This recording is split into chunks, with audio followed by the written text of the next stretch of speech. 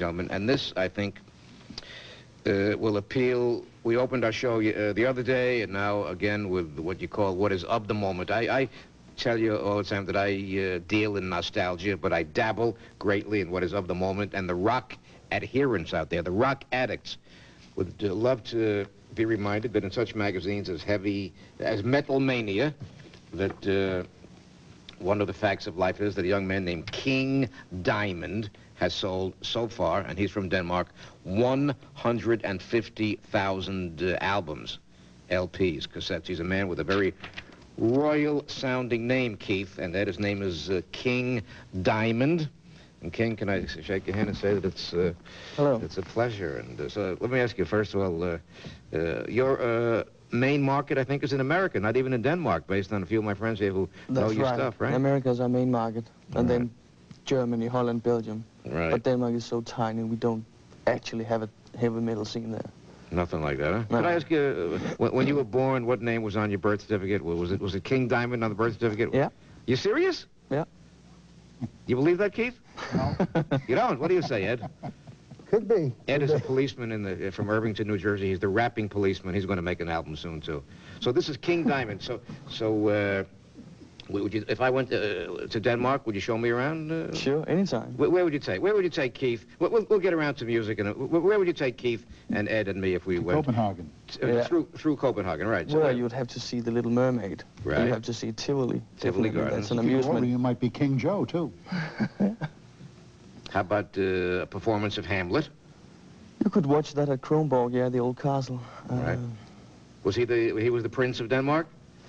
He was the Prince of Denmark, yeah. And you're the king of Denmark. Yeah, so he was not as much as me. May we ask you when you first became exposed, a man who sold 150,000 albums quietly, at low key, you know, low profile. When did you, in your home town or your home country, become first aware of and then a fan of rock and roll, King Diamond? I guess it was in '69 when I heard the first real raw guitar on an album. That's when I got really interested in the music business. But at that time I was playing soccer on top level in Denmark. But finally I had to make a choice because I couldn't do both. I couldn't play a gig Saturday night and get up early Sunday morning and play soccer. He's so nice. I thought he was going to sit here and I thought he was going to scare us. He's such a nice... You left home to paint, the war paint, right? Yeah. Why is it so incongruous, my feeling about heavy metal in Denmark? I think of Denmark society as being so calm and tranquil and peaceful, and the way you just said... It really is. Tivoli Gardens, but hard-hitting, driving, forceful, heavy metal... It's the only way to get out of our aggressions. Really? Yeah. You know what I'm saying, Keith? I do indeed. But they have it all over the world, though. They're, you know, all of these people are all over the world now, Joe. Which American musicians are in the Hot 100 on the charts, if any, in Denmark? Any American... Oh, yeah, lots of heavy metal acts. Alice Cooper, Judas Priest, Ozzy Osbourne, they're all there. And King Diamond? Well, yeah, we're getting there. What are you doing in this country right now? Visiting a few of your friends or making arrangements? That as well, but mostly it's a promotion tour. Mm-hmm. Doing interviews and radio stations, TV. Who's famous from Denmark besides you? And besides who? Victor Borge, we got to mention. Oh, I was about to... Who else? Name some entertainers or non. Well, entertainers, not very many, actually. Political figures? Sluter might be famous, but I don't think he means very much over here. Mm-hmm. Is there a big difference, Mr. Diamond, between American rock and Danish rock, or European rock, let's say? Yes, there is a difference. The American seem to be more commercialized than the European style.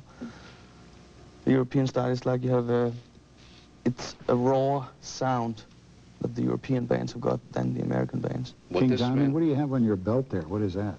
That is empty ammunition. Empty ammunition? Yeah. Oh. Joe, I think he's misappropriated a few of my bullets. I've got a flight to Florida later on to Oh, I see. get rid of all those cockroaches. Between your ammunition and the fact that you're sitting alongside of the Irvington policeman who's known to be rapping cop, we're secure, right?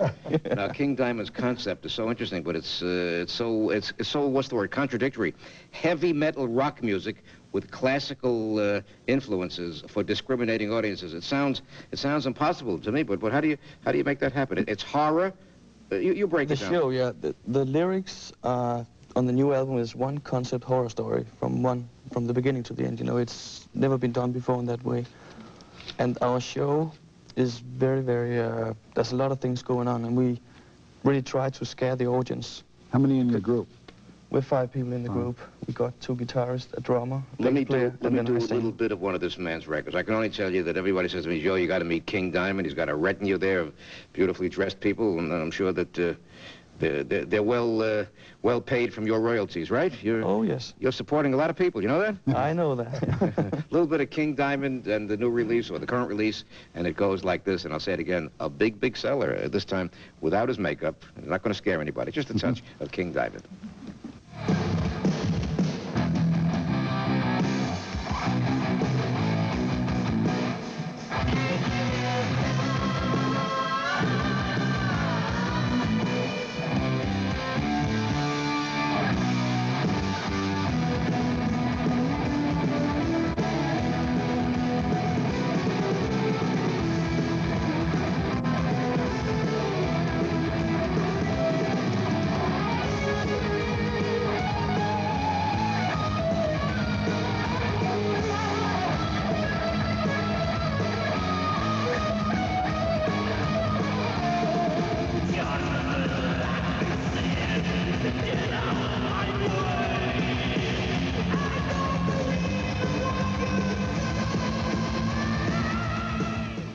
This forthcoming concept of yours here, one big horror story from beginning to end. How would Stephen King's fans appreciate that concept I album? think they really like it. It's a very intriguing horror story, and That's kind of a first in rock and roll, though, isn't it? it is. It's the first time that somebody has made a concept album with a horror lyric to it. This man seems to be more athletic, Keith, than any athlete. to be, doesn't he? Based on his wild gyrations, he's more than any athlete. With what he goes through. How do you maintain that energy level? How do you keep it going like that, King, when you do those tours, those concerts, huh? Well, I try to sleep as much as possible during the tours to be able to perform in the right way. Ladies and But gentlemen, it's definitely I tough can only work. say that I'm a fan of this young man from now on, and I can see why the excitement. What label? Roadrunner Records. And if I go over there, how does the American dollar do over there? Would you say the American dollar is respected in Denmark? Is it At the moment, it's like this. back and forth, right? Yeah. Ladies and gentlemen, I want to do a tape right now.